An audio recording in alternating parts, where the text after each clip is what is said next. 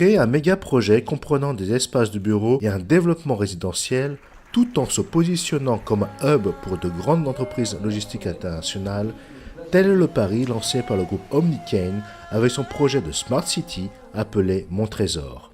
Smart City, c'est quoi? Enfin, pour nous, une partie, c'est on habite, on marche, on vient au travail et puis on a des activités culturelles et de loisirs dans les alentours. C'est un projet qui se situe à 500 mètres de l'aéroport, qui couvre une superficie de 400 hectares, qui sera développé en plusieurs phases. Le premier édifice, c'est l'hôtel Holiday Inn.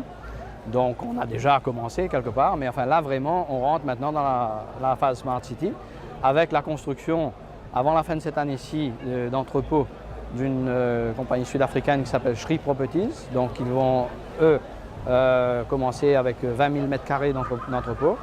The logistics of getting products from point A to point B in Africa is a problem because there's no infrastructure.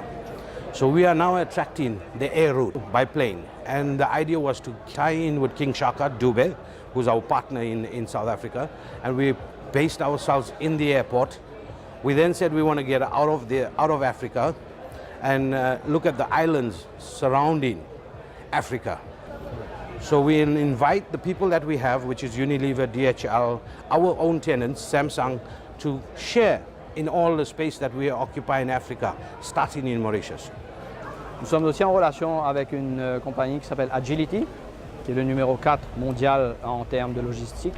Donc eux aussi seront là avec un parc logistique. It's a natural gateway for people who are looking to build capacity to access the African market to consider being based here in Mauritius. And I think Mon Trésor fills a missing link as a very good location for them to be able to set up operations to establish those businesses. La phase que nous commençons aussi au début d'année prochaine, c'est une phase de bureau et business park.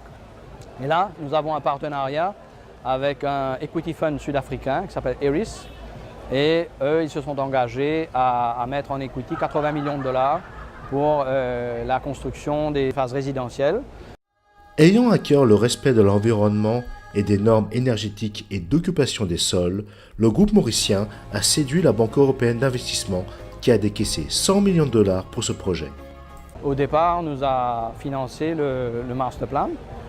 Parce que nous avons une démarche de développement durable dans toutes nos activités d'ailleurs. Nous avons décidé d'adopter des standards internationaux, notamment un standard qui s'appelle BREEAM Communities, pour l'ensemble du développement.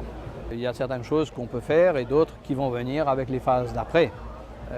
Mais l'intention, c'est déjà de prévoir l'avenir pour To Be Smart.